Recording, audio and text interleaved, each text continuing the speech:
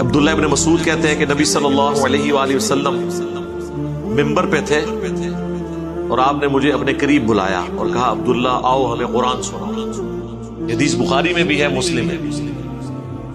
کہتے ہیں میں نے عرض کیا اللہ کے نبی علیہ السلام قرآن تو آپ پہ نازل ہوا ہے، میں آپ کو قرآن سناؤں؟ تو آپ نے فرمایا مجھے دوسروں سے قرآن سن کر لطف آتا ہے. تو عبداللہ ابن مسعود رضی اللہ تعالیٰ عنہ کہتے ہیں کہ میں نے سورۃ النساء کی تلاوت شروع کی. اب حضور علیہ السلام کا شوق دیکھیں، سورۃ النساء سٹارٹ ہوئی ہے اور آیت نمبر 41 تک پہنچ گئی ہے. جب یہ آیت آئی نا فَكَيْفَ إِذَا جِئْنَا مِن كُلِّ أُمَّةٍ بِشَهِيدٍ، وہ کیسی کیفیت ہوگی، وہ کیا حال ہوگا جب ہم ہر امت میں سے ایک گواہ کو اٹھائیں گے، یعنی وقت کے پیغمبر کو. وَجِئْنَا بِكَ عَلَىٰ هَٰؤُلَاءِ شَهِيدًا، اور اے نبی ہم تمہیں گواہ اٹھائیں گے ان کے اوپر، یعنی اپنی اس امت کے اوپر. ظاہر ہے اس وقت تو مشرکین عرب ان کے حوالے سے بحث پوری امت کے اوپر. تو وہ کہتے ہیں جب میں اس آیت پہ پہنچا نا تو نبی علیہ السلام نے کہا عبداللہ بس کرو بس کرو بس کرو. وہ کہتے ہیں میں نے نگاہ اٹھا کے دیکھا تو اللہ کے نبی علیہ السلام کی آنکھوں سے آنسو رواں تھے کہ مجھے اپنی امت کے خلاف گواہی دینی. وقال الرسول یا ربی ان قوم اتخذوا هذا القرآن مہجورا، رسول اللہ شکایت کریں گے کہ اے اللہ میری قوم نے قرآن کو پیٹ کے پیچھے ڈالا. اندازہ کریں نبی علیہ السلام کو یہ ٹینشن ہے کہ مجھے ان کے خلاف گواہی دینی ہے. جن کے خلاف گواہی ہے انہوں نے ٹینشن ہی کوئی نہیں، وہ پتہ کہ کہہ رہے ہیں جو کچھ بھی ہے تیرے محبوب کی امت سے ہے.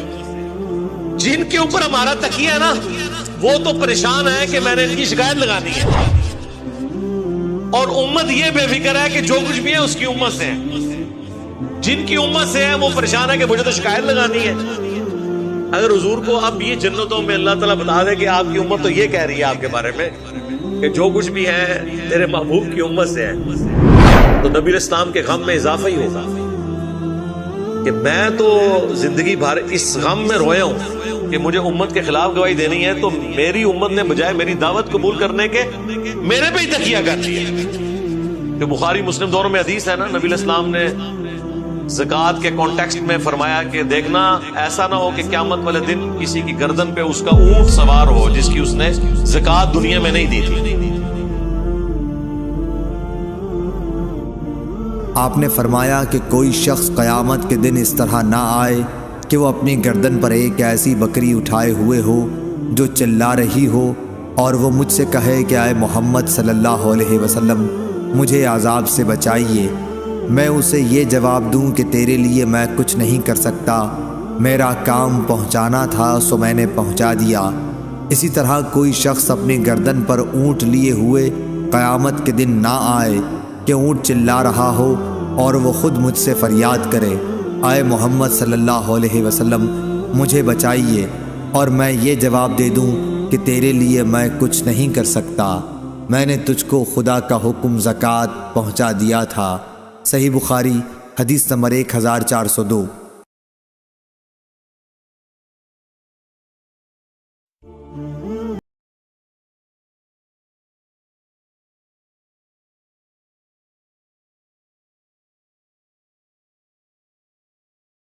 بخاری اور مسلم دونوں میں حدیث ہے اے میری بیٹی فاطمہ میرے مال سے جو کچھ لے لینا ہے وہ لے لو دنیا میں، آخرت میں اگر اللہ کے حضور پکڑی گئی تو میں تمہارے کچھ کام نہیں آؤں گا. بلکہ پوری حدیث تو اس طرح نبی علیہ السلام نے پہلے اپنے چچا کو کہا، پھر اپنی پھوپھی کو کہا، ایک ایک رشتہ دار کو.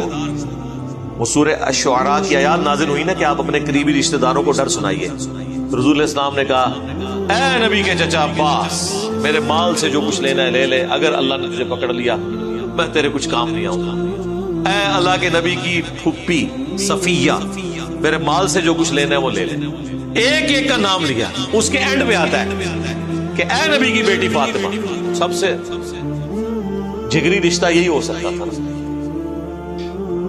جو کچھ لینا ہے لے لے، لیکن آخرت میں اگر اللہ نے پکڑ لیا میں تیرے کچھ کام نہیں آؤں. تو نبی علیہ السلام تو امت کو بتا گئے.